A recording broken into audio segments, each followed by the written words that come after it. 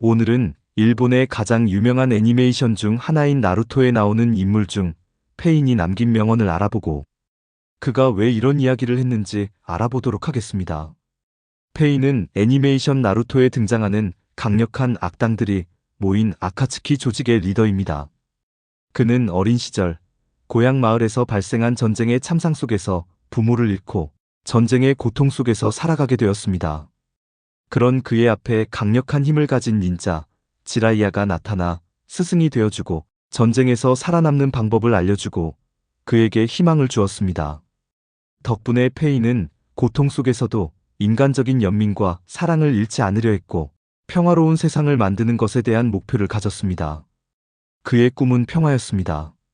그는 어린 시절 부모와 고향을 잃었고 그 고통을 직접적으로 경험했기에 타인의 고통을 제대로 이해할 수 있다고 믿었습니다. 그는 그 고통을 바탕으로 세상 사람들은 고통을 경험해야만 진정으로 이해할 수 있다는 철학을 가지고 이를 평화로 이어가려고 했습니다. 세상은 고통으로 가득 차 있지만 그 고통을 이해하고 나누어야 한다는 지라이야의 가르침을 마음 깊이 새겼습니다. 같은 전쟁고와 친구들과 함께 싸우면서 평화를 위해 노력했지만 끝이 없는 전쟁으로 사랑하는 친구를 눈앞에서 잃고 큰 절망과 고통을 맞닥뜨리게 됩니다. 분노한 페인은 큰 고통을 겪으며 평화를 이루기 위해 강력한 방법을 선택하게 되는데 그것은 바로 힘을 통해 평화를 이룬다는 것입니다. 그는 과거의 상처와 고통을 깊이 느꼈고 자신과 같이 고통을 통해 사람들을 깨우쳐야만 진정한 평화가 이루어질 수 있다고 믿었습니다. 이를 통해 평화로운 세상을 만들려고 했습니다. 페인의 주요 명대사 5가지는 그가 어떤 철학과 세계관을 갖고 있는지 잘 보여줍니다. 첫 번째, 진정한 평화는 힘으로만 이룰 수 있다. 입니다. 페인은 평화가 단순한 대화나 타협으로 이루어지지 않는다고 믿습니다. 그는 직접적으로 강력한 힘을 통해 세상을 지배하고 고통을 없애기 위한 방법을 찾고자 했습니다. 이는 폭력이 금지된 현대사회에서도 그대로 적용됩니다. 주로 진화적 본능과 사회적 인식에 기인합니다. 진화적으로 큰 체구는 더 강하고 위협적인 존재로 인식되어 경계심을 일으킬 수 있는 것처럼 강력한 힘을 갖는 것은 타인으로 하여금 본능적인 두려움을 자극하여 원하는 바를 이룰 수 있기 때문입니다. 두 번째는 사람들은 고통을 모르기 때문에 다른 사람의 고통을 이해할 수 없다. 입니다. 페인은 자신이 겪은 깊은 고통이 다른 사람들에게는 이해되지 않음을 깨닫고 그 고통을 통해만 진정한 이해와 변화가 가능하다고 주장합니다. 비슷한 속담으로는 다른 사람이 칼에 베인 상처보다 내 손에 박힌 가시가 더 아픈 법과 같은 말이 있습니다. 자신에게 닥친 고통이 타인의 고통보다 더 크게 느껴진다는 의미의 속담입니다. 이는 사람의 본성상 다른 사람의 불행보다는 자신에게 직접적으로 영향을 미치는 일이 더 아프고 절실하게 느껴진다는 것을 말합니다.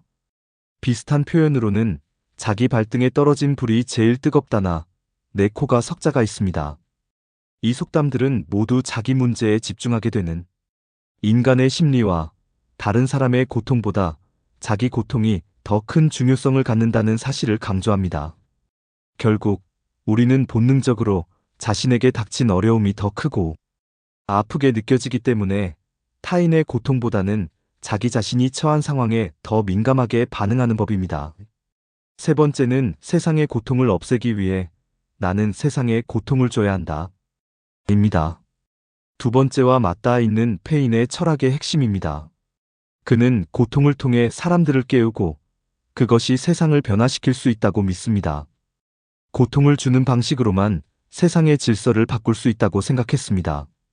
고통을 주는 역할을 본인이 자처하고 타인에게 평화를 주고 싶었던 것입니다. 네 번째는 너희들의 평화가 우리들에게는 폭력이다. 입니다. 페인이 말한 너희들의 평화는 기존의 질서나 강자들의 평화를 의미합니다. 그는 그 평화가 사실상 강자들에 의해 지배되는 시스템을 반영하는 것이라고 보고 그 평화 속에서 약자들은 여전히 억압받고 고통받고 있다고 느꼈습니다. 그가 보기에는 기존 사회에서 말하는 평화는 강자의 이익을 위해 만들어진 체제일 뿐 그 체제에 억눌린 이들은 그 평화를 진정한 평화로 받아들일 수 없었던 것입니다. 결국 그런 평화는 그들에게 폭력이나 억압으로 다가오는 것입니다. 즉, 페이는 너희들의 평화가 우리들에게 폭력이다라는 말을 통해 기존의 평화나 질서가 사실은 많은 사람들에게 고통을 주고 있다는 점을 비판적으로 이야기하고 있습니다. 그는 이 고통을 없애기 위해 강력한 방법으로 세상을 변화시키려 했고, 그로 인해 평화의 의미가 상대적이며 상황에 따라 다르게 해석될 수 있음을 말하고자 했습니다. 다섯 번째는 우리가 실패하는 이유는 마음속에 희망을 가지고 있기 때문이다. 입니다. 희망을 품고 살아가는 것이 오히려 사람들을 절망하게 만든다고 그는 주장합니다. 희망이 현실을 마주하는데 방해가 된다고 여겼습니다. 이러한 그의 주장은 희망을 품지 말라는 것인가 하는 생각을 하게 만듭니다. 그는 사람들이 희망을 품고 살 때 그 희망이 결국 현실과 맞지 않아 실망하고 그로 인해 더 큰 고통을 겪게 된다고 생각했습니다. 희망은 사람들에게 미래에 대한 기대를 주지만 그 기대가 충족되지 않았을 때 사람들은 더 큰 절망에 빠지기 때문입니다. 그래서 페이는 희망을 부정하며 희망이 오히려 사람들을 고통스럽게 만든다고 생각했습니다. 페인의 이론은 그가 경험한 고통과 절망을 바탕으로 한 것이었습니다. 그는 자신이 겪은 고통이 너무 깊고 세상에 대한 신뢰가 사라졌기 때문에 더 이상 희망을 품는 것이 사람들에게 진정한 평화를 가져다 주지 않는다고 믿었습니다. 그에게 있어 고통은 사람들을 깨우칠 수 있는 유일한 방법이었고, 희망 없이 세상을 직시해야만 진정한 평화가 이루어진다고 생각한 것입니다. 어린 시절의 전쟁 속에서 부모를 잃고 고향은 파괴되었습니다.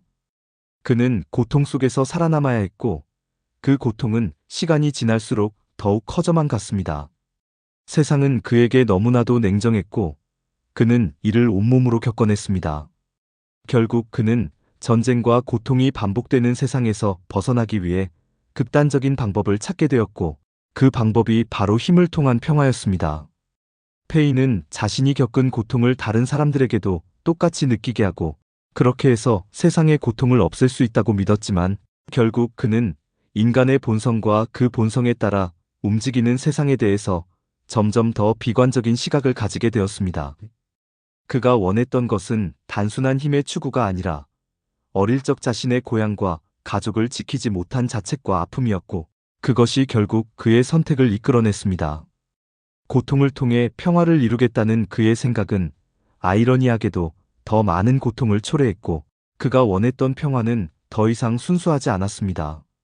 그는 끝내 자신의 길을 고집하며 세상에 고통을 주는 방법이 진정한 평화로 이어질 것이라고 믿었습니다. 희망이란 결국 사람들을 실망시키고 또 다른 고통을 낳는 것이라 생각하며, 그는 고통을 통해서만 사람들을 변화시킬 수 있다는 비극적인 결론을 내렸습니다. 페인의 말처럼 때로는 우리의 삶에서도 고통과 좌절이 반복되고, 그로 인해 희망을 품는 것이 오히려 더 큰 고통을 불러일으킬 때가 있습니다. 하지만 희망을 포기하는 것이 해결책이 될 수 있을까요? 고통은 대부분 불쾌하고 피하고 싶은 경험이지만 사실 그 안에는 중요한 순기능이 존재합니다. 우선, 고통은 신체와 정신의 자기 보호 역할을 합니다. 예를 들어, 뜨거운 물체를 만지면 느끼는 통증은 즉시 그 물체에서 손을 떼도록 하여 화상을 예방합니다. 또한, 고통은 성장과 학습의 중요한 자극제가 됩니다. 우리가 실수하고 실패하는 과정에서 고통을 겪으면서 그 경험을 통해 배우고 더 나은 방향으로 발전하게 되죠. 고통은 다른 사람들의 고통을 이해하고 공감할 수 있게 만들어 사회적 연대와 유대감을 형성하게 돕습니다. 또한, 고통은 현재의 상황을 변화시키려는 목표와 동기를 제공합니다. 불편함이나 고통은 우리가 변화를 원하게 하고 더 나은 삶을 추구하는 원동력이 되죠. 마지막으로, 고통을 극복하는 과정은 우리에게 내적 강인함과 회복력을 키우게 만듭니다. 어려운 상황을 겪고 그것을 이겨내면서 우리는 더 강해지고 삶의 도전에 대해 더 잘 대처할 수 있는 능력을 얻게 됩니다. 결국 고통은 불쾌한 경험이지만 그것이 우리의 생존과 성장을 돕고 공감연대, 회복력 향상 등 중요한 역할을 한다는 점에서 긍정적인 면도 분명히 존재합니다. 우리는 고통을 피할 수 없고 그 고통이 주는 아픔이 크다는 것을 인정하면서도 그것이 우리의 삶을 정의하는 것이 아니라는 점을 기억해야 합니다. 삶에서 고통은 자연스럽게 일어나는 일입니다. 그러나 중요한 것은 우리가 그 고통을 어떻게 받아들이고 어떻게 그 안에서 성장할 수 있는가 하는 것입니다. 희망을 품는 것은 고통을 무시하는 것이 아니라 그 고통 속에서도 살아갈 이유를 찾는 과정입니다. 희망은 단지 외부에서 오는 것이 아니라 내면에서 자라나는 힘입니다. 우리는 실패와 실망을 겪으면서도 여전히 다시 일어설 수 있는 이유를 찾아야 합니다. 작은 희망이라도 그것이 우리를 계속 앞으로 나아가게 하고 고통을 견디게 하는 원동력이 될 수 있습니다. 희망을 품지 말라는 페인의 말처럼 희망이 큰 상처로 다가올 수 있지만 그 희망이 우리를 구원하는 방법이 될 수도 있다는 사실을 기억하는 것이 중요합니다. 우리는 삶의 고통을 인정하고 그것을 피하려 하지 않고 직면하면서도 그것에 의해 좌절하지 않도록 해야 합니다. 우리가 고통을 겪고 있더라도 그것이 우리의 끝이 아니라는 점에서 희망을 찾을 수 있습니다. 결국 희망은 우리가 자신을 돌아보고 고통을 넘어설 수 있는 용기와 힘을 찾는 과정에서 싹트는 것이 아닐까요? 당신의 선택을 응원하겠습니다. 감사합니다.